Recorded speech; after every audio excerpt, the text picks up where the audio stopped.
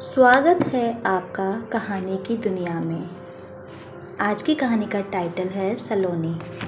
सलोनी एक प्यारी सी लड़की और अपने माँ बाप की इकलौती बेटी थी। सलोनी की पढ़ाई पूरी हो चुकी थी और सलोनी के माँ बाप उसकी शादी के लिए रिश्ता ढूंढ रहे थे। जब भी किसी रिश्तेदार से सलोनी के मम्मी पापा लड़का बताने की बात कहते तो हर कोई कहता, सलोनी तो है ही इतनी प्यारी, उसे तो कोई भी अच्छा लड़का आसानी से मिल जाएगा। सलोनी का व्यवहार बहुत अच्छा था, अपनी बातों से सबको अपना बना लेती। देखते ही देखते वो दिन आ ही गया जब सलोनी के लिए एक अच्छा रिश्ता मिल गया और उसकी शादी की तारीख भी पक्की हो गई।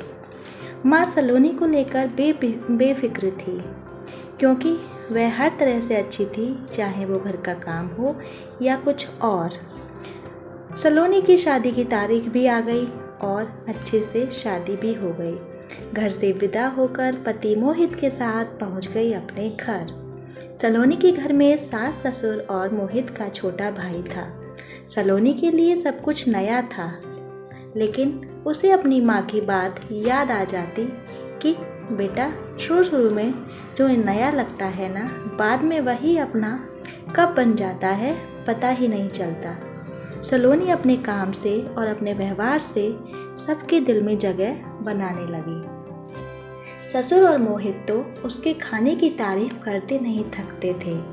सलोनी के देवर मयंक अपनी पढ़ाई और माँ के साथ ही ज़्यादा समय बिताते थे। सलोनी का कोई भाई नहीं था तो वो मयंक से बात करती, किंतु मयंक को पढ़ाई में बिजी देखकर वो उन्हें ज़्यादा कुछ नहीं बोलती। सलोनी की सास सुधा भी कह देती थी, उसे पढ़ने दिया करो, बातों में मत लगाया करो। मोहित स्वभाव के बहुत अच्छे थे, किंतु व्यस्त होने के कारण सलोनी को कम समय दे पाते थे। सलोनी सुधा जी के स्वभाव को धीरे धीरे समझने लगी थी।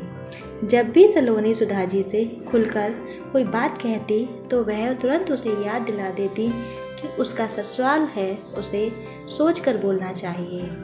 सलोनी तो एक बेटी की तरह सुधा जी से अपना रिश्ता गहरा करने की कोशिश में लगी थी, लेकिन अपने स्वभाव के चलते सलोनी को टोक दिया जाता था। मयंक की पढ़ाई पूरी हो गई और वह भी नौकरी पर जाने लगा। सुधा जी शाम को मयंक के आने पर उससे खूब सारी बातें करती। ससुर जी तो कह देते थे कि अब तुम्हारा लाडला आ गया, अब तो तुम हमसे कहाँ बात करोगी। आज मयंक के लिए लड़की देखने जाना था तो सुधा जी बहुत खुश थी। मयंक को लड़की पसंद आ गई तो सुधा जी भी खुशी खुशी रिश्ता तय कराई और शादी की तैयारी में लग गई। सलोनी भी सुधा जी की सलाह से सारे काम करती। शादी हो गई और सुधा जी ने अपनी छोटी बहू का स्वागत किया। छोटी बहू निधि कम बोलती, सुधा जी से भी कम बात करती और ज़्यादातर अपने फ़ोन में बिजी रहती। मयंक का भी धीरे धीरे अपनी माँ से लगाव कम होने लगा था। आखिर वह दिन आ ही गया जब मयंक ने घर से दूर जाकर नौकरी करने की बात बोल दी। सुधा जी को विश्वास ही नहीं हो रहा था कि ये वही बेटा है जो अपनी माँ को अपना सब कुछ मानता था। सुधा जी उदास हो गई। उनकी नज़र सलोनी पर पड़ी तो अपने कमरे में चली गई। उस समय सलोनी को अपनी सास से कुछ भी कहना सही ना लगा, पर उसे उम्मीद होने लगी कि अब उसकी सास और उसका रिश्ता वैसा ही हो जाएगा जैसे रिश्ते का सपना वो देखती थी।